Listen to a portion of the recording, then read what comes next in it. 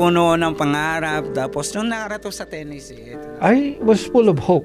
I said, here it begins. I need to start working immediately because I have a lot of debt in the Philippines.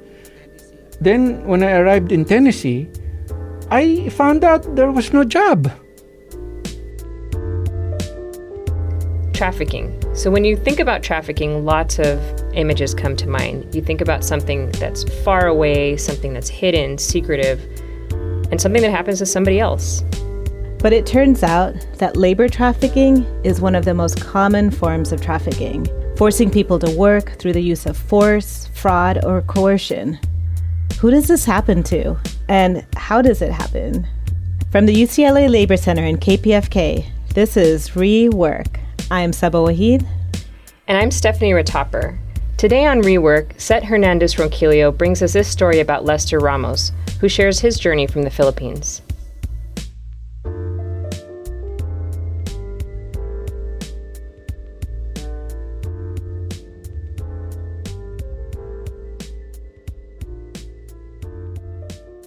alam mo naman sa Pilipinas, ang option mo para gumanda ang buhay mo, tatlo lang yun eh. You know, in the Philippines, there are only 3 options for a better life. To win the lottery, which is almost impossible. Your chances are like 0.00 something. To join networking schemes so you can get rich. But mostly with those schemes, only those who are on top get rich. And 3, to work abroad. Lester is from Cavite in the Philippines. When his father abandoned the family, his mother left Lester under the care of his grandparents. They raised him as their own child. Lester grew up in poverty and could barely afford to pay for school, but he still had big dreams for his future. Mahirap ang buhay sa Pilipinas kasi I always said that I wanted to be a writer. I really wanted to inspire other people. I wanted to write adventure stories, create a story that has an impact on people. Every story would have a lesson to motivate them in life. I wanted to create characters who could be recognized and remain in the minds of the people. Life in the Philippines is hard. Even if you have dreams, you can't achieve them because of lack of finances. As a kid, Lester peddled goods in the street. Later, he worked at a church to pay for his high school studies. But paying for college was much more difficult. marami kasi nagsasabi na mga Pilipino tamad. Many people say Filipinos are lazy, and that's why they are poor. They prefer to just stand around instead of persevering in life. Because if you persevere, you can achieve things. But actually, I don't believe in luck. Many people want to study. Many want to get out of poverty. Many want to progress. What's lacking is opportunity. How do you support your studies? For many people, instead of going to school, they just think of food. That's how bad poverty is in the Philippines. I really needed to work. I also tried studying while working. I went to vocational school. But our budget really could not allow it. In addition to my parents, I was also supporting my siblings. It was like that. But I knew within myself that someday I'll get somewhere. It wasn't easy for me when I got married because I started from scratch. So I just worked hard. And then we had 2 kids. Lester started off in construction and then in 1995 got a job in manufacturing. He rose up in the ranks from operator to unit leader to staff and finally material controller. But even higher up, he still struggled to support his family. Even maganda na yung trabaho ko compare sa iba. Even if I had a better job compared to others, it was still not enough for groceries, for monthly expenses. My balance was usually negative. The earnings from regular jobs, it all goes to food. How about the other expenses, the other needs of the whole family? Even if you work in an office and earn $1,200 a month, How much is electricity? How much is water? My ATM card never stayed in my wallet. It was always at the pawn shop. Every time. We had to borrow money, even to pay for our debt. My wife also wanted to give our children a better life. And that time, we had been fighting almost every day because of our finances. We would usually fight when our children got sick and they needed to be taken to the hospital. And I didn't have the money. And I had nowhere to get money from. No one to borrow from.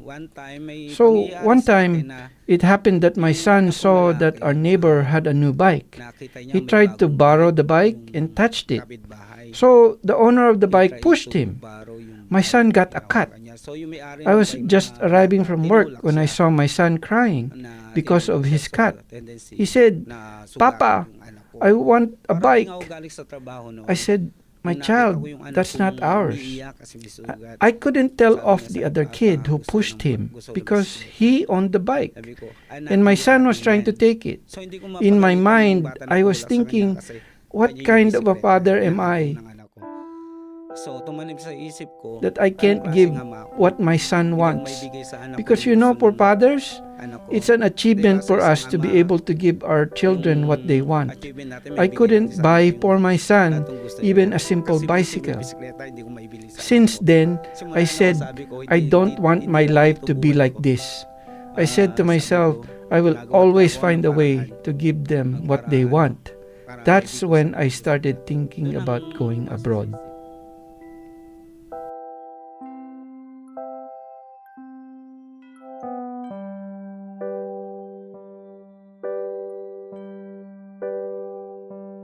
And the more he thought about it, the more he realized how limited his options were in the Philippines. Kasi mostly ang gobyerno ng Pilipinas, usa sila makikinabang, mas kinakampihan nila yung malalaking negosyo.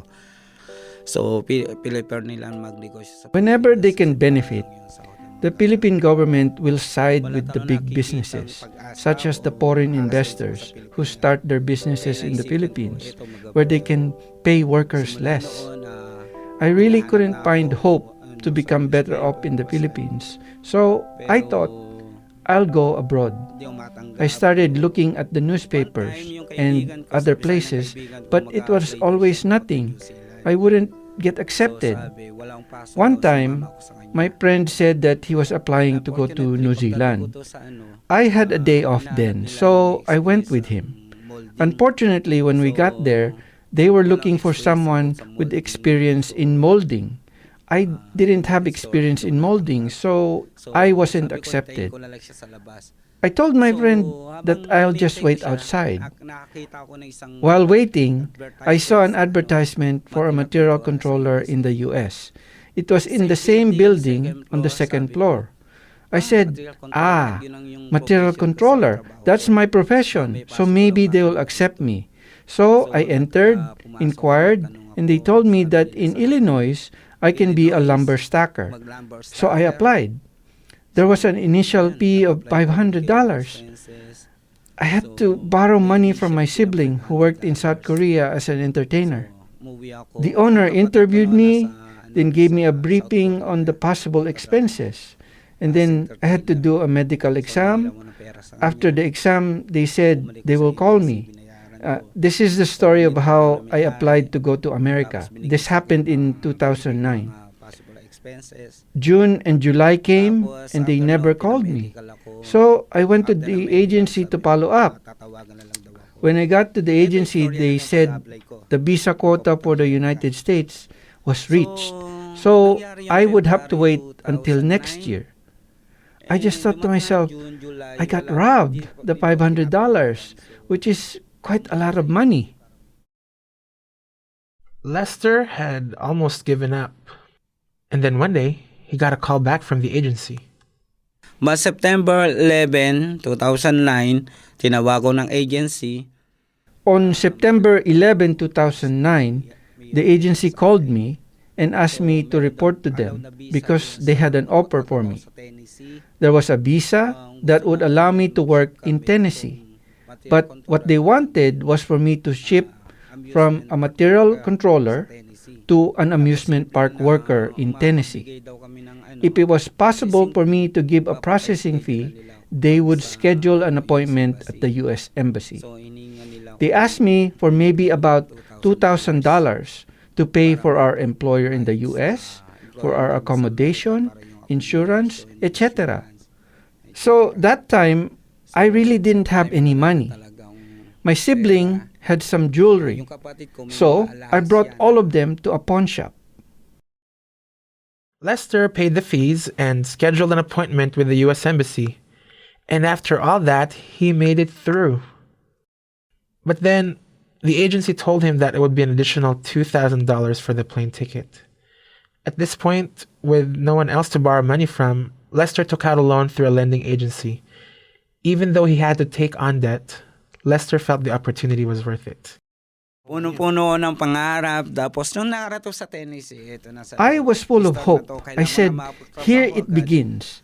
I need to start working immediately because I have a lot of debt in the Philippines. I have debt from my sibling, from my friend, from the lending agency.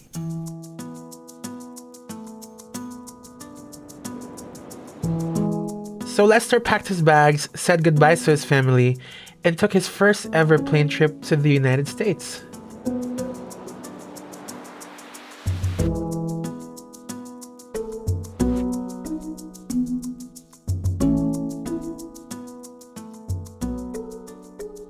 After hours on the plane, he finally arrived in Tennessee. Looking around, America was not what he had imagined. Ito ba yung Amerika? Kasi sa Pilipinas, pag nanonood tayo ng movie, from New York, from mga building, para akala ko wala nga lupa, puro semento, lahat puro building, ganyan. When I arrived here in America, I was really shocked. Is this America? Because in the Philippines, when we watch movies, they are in New York. I thought there was no dirt streets, only cement, only buildings. It was as if I was not in America, that I was in a province in the Philippines. Then when I arrived in Tennessee, I found out that there was no job. They said the ski resort was not open yet. So they said they will bring us to Alabama to get training. So the next day, the following morning, they put us in a van going to Alabama. The trip was 8 hours. There were 9 of us.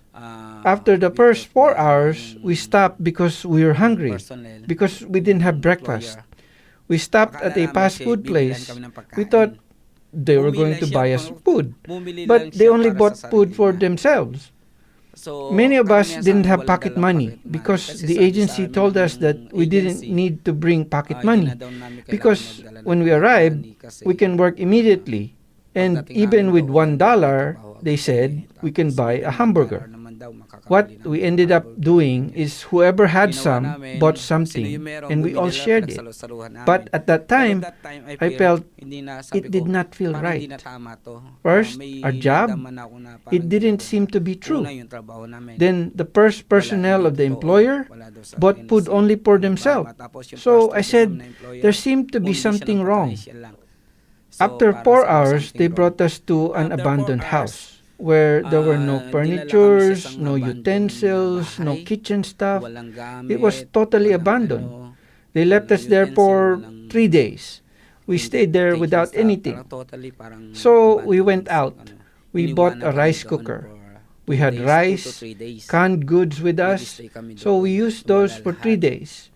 We cooked all of it in a rice cooker because there was nothing else. It was cold in Alabama. It was October.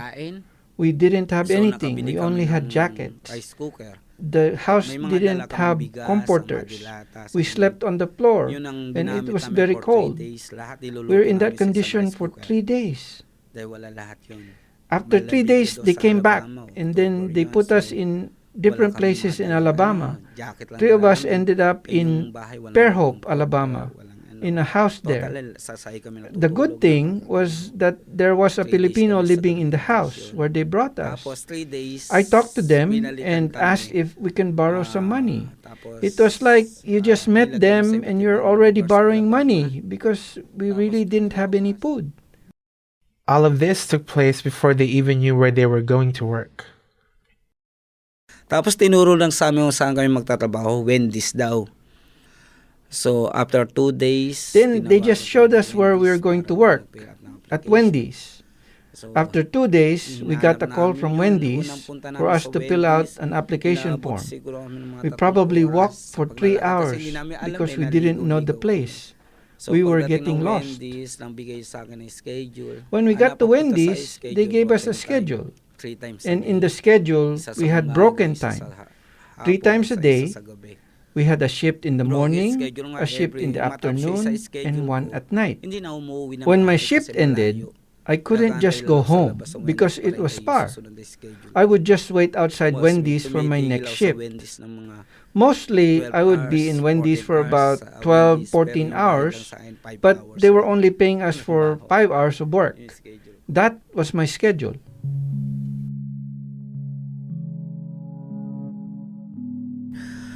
So, most of the time, uuwi ako, gabi mag-isa.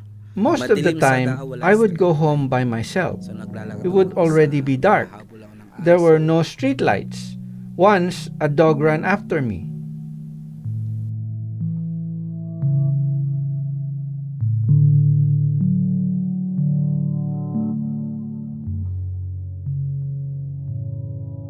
Lester doesn't know why Wendy's was the site of a trafficking scheme. Maybe it was a mix-up and the traffickers meant for the workers to go to another site. Or maybe the confusing information was the plan all along. In any case, to any customer walking into that Wendy's in Alabama to buy a burger, Lester would look like any other employee. But for him, something else was going on. The people that brought Lester were taking a cut. They only came by the house to drop off checks for the workers. Lester was earning $450 each month. 300 of that went to the lending agency. So, ano natitira sa pamilya ko? Nagugutom na yung pamilya ko. So, what was left for my family? Utang. My family was going hungry. Tapos, And then I couldn't pay for my debt because it only goes to the lending agency. And then I heard that all those sponsored by our employer were denied by immigration because they didn't need foreign workers in Alabama. So I got scared. I talked to our employer, their personnel. I asked if there was any hopes of renewing our papers. They told us to find someone else to sponsor us. It was a crisis during that time. We didn't know anything about Alabama. We didn't see any Filipinos. How could we apply and look for someone to sponsor us? It was hard. The work was grueling and it was isolating. It started to take a toll on Lester. He probably wasn't going to find a job in Alabama, and he didn't even have the connections to find a job someplace else. This is labor trafficking. Globally, the International Labor Organization estimates that there are 20.1 million people trapped in forced labor in industries including agriculture, construction, domestic work, and manufacturing. One day, Lester saw on social media that someone he knew lived in Miami. He had a spark of hope. Maybe this was a way out. He called his friend, and it turns out that there was a job for him. Ang problema ko paano makakapunta ng Miami. Then personal, kinausap ko yung My problem became how to get to Miami. Sabi niya I sa talked akin, personally to the hindi daw Wendy's pwede manager magtrabaho sa iba and kasi filed dapat my dadalhin ako resignation. sa employer ko. He said I Pag couldn't nagtrabaho do daw it, ako sa iba, that I was not allowed to work in other i-deport places nila ako. because I'm supposed to stay with my Papahuli employer. nila ako sa immigration. He said if I Kahit work naman somewhere sa else, Amerika, they will deport lupit me. nila ako. So, nandun yung takot. They said that wherever I am in America, they will locate me. So I was scared. I take the risk. Sabi ko, alis ako. No matter what happen. I Tapos, took the risk and said that I will leave no matter what happened. I told them that I will take the Greyhound. They said they will find me at the Greyhound bus. But I went online and bought a ticket to Miami.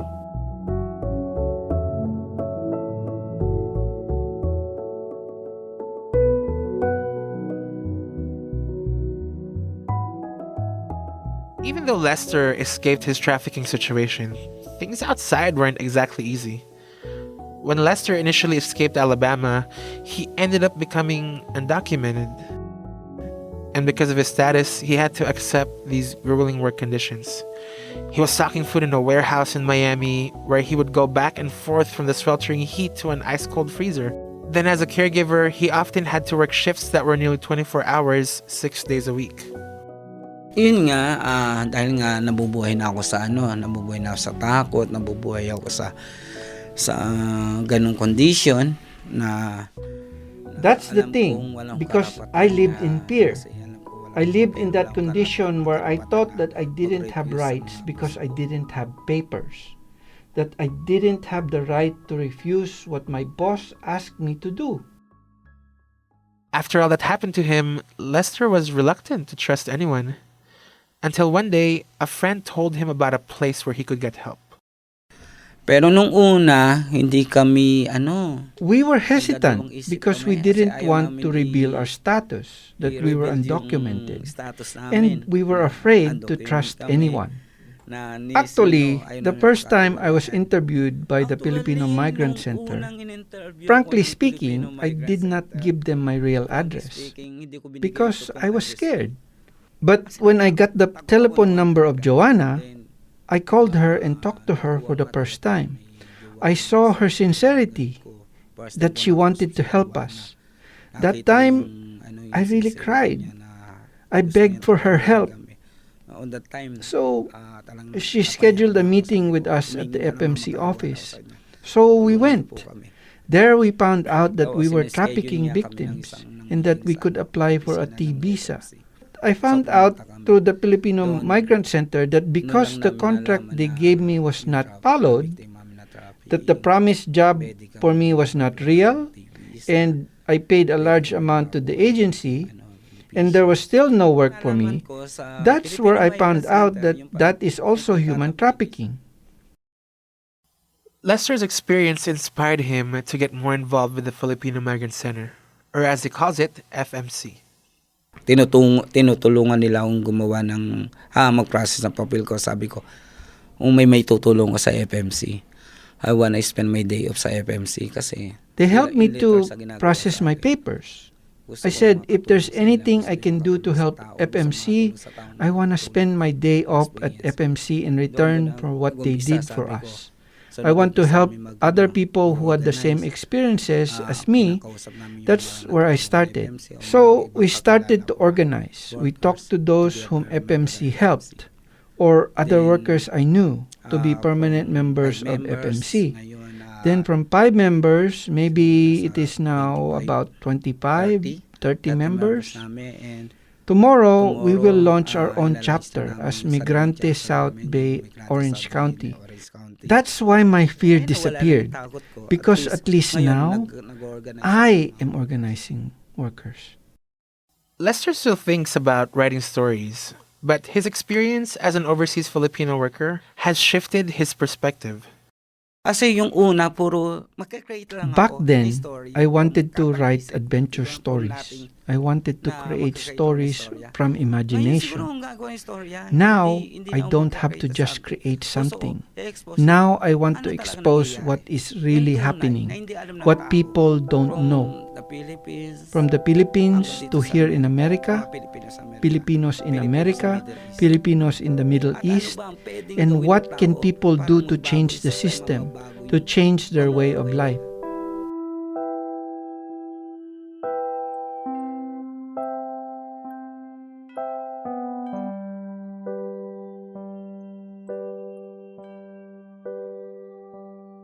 Lester is petitioning his family, and he's already thinking about their reunion. Ang sarap isipin, no? But yung physical na gusto ko silang mayakap, gusto kong personal na makita yung mukha ng anak ko. I want to Iniwanan ko hug kasi them. lahat ng I want to childhood see the niya, faces lumaki of siya, my wala children ako sa whom kanya. I left because lahat ng they purse spent niya, their wala whole ako sa childhood tabi without niya. me by their Unang side. tayo, All their unang purse salita, they had unang without me with school, them. unang The first birthday, time they stood, lahat. their first Yung word, isuko, wala ako their sa first tabi niya. school, Then yung first anak ko, birthday, yung everything for my panganay, youngest yung child, I wasn't there. lalaki. My first child, Naalala ko pa, my hindi son, siya makatulog I remember him. wala ako sa He tabi. couldn't sleep Nung without me umalis next ako, to him. sabi ng asawa ko, When I isang left, buwan my daw, wife said hindi that makatulog for sa a whole ulo month, ko. my Every son time, kasi could nang not sleep. motorcycle ako eh. Every time he Every would time hear a na motorcycle may passing marinig by, na he would motorcycle wake na up my dadaan, wife gigisingin saying, yung asawa ko. "Papa is here. Papa, Mama, Mama, Papa is here." Si Papa ito na. When my wife So, told me kinuwento that, yung ano sa araw-araw, I really yung cried. natutulog yung anak ko. Nung kinuwento sa akin ng asawa ko yun, I'll spend Kayo quality talaga. time with them, I hug spend them, quality time with make them feel that Mayakap here, sila. your Papa is here. May padama ko yung It's nice to Papa think yun. about it, right?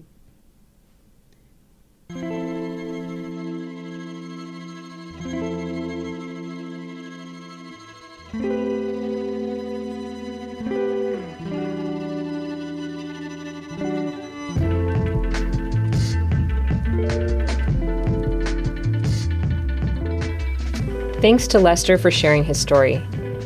Since taping this interview, Lester has become the chair of Migrante South Bay, a grassroots organization that protects Filipino workers' rights. And some good news, he was also reunited with his family. His wife and kids now live with him in the United States. Was a fighter, her life they took away. She wouldn't take the rape of the land. Now people say she's part of it. Thank you to Joanna Concepcion and the Filipino Migrant Center for partnering with us on this story. You can find out more about their work at filipinomigrantcenter.org. You're listening to Rework, a program of the UCLA Labor Center and KPFK. This show is produced by Seth Hernandez Ronquillo, Lynette Luna, Vina Hampapur, Saba Wahid, Stephanie Ratopper, and Nathan Moore. Voiceover dubbing by Johan Diel. Transcript translation provided by Yasmin Saturay. Visit our website at reworkradio.org or visit us on Facebook at /reworkradio. You can also tweet your reactions to this show to @rework_radio or send us an email at rework@irle.ucla.edu. Till next time, rethink, rework.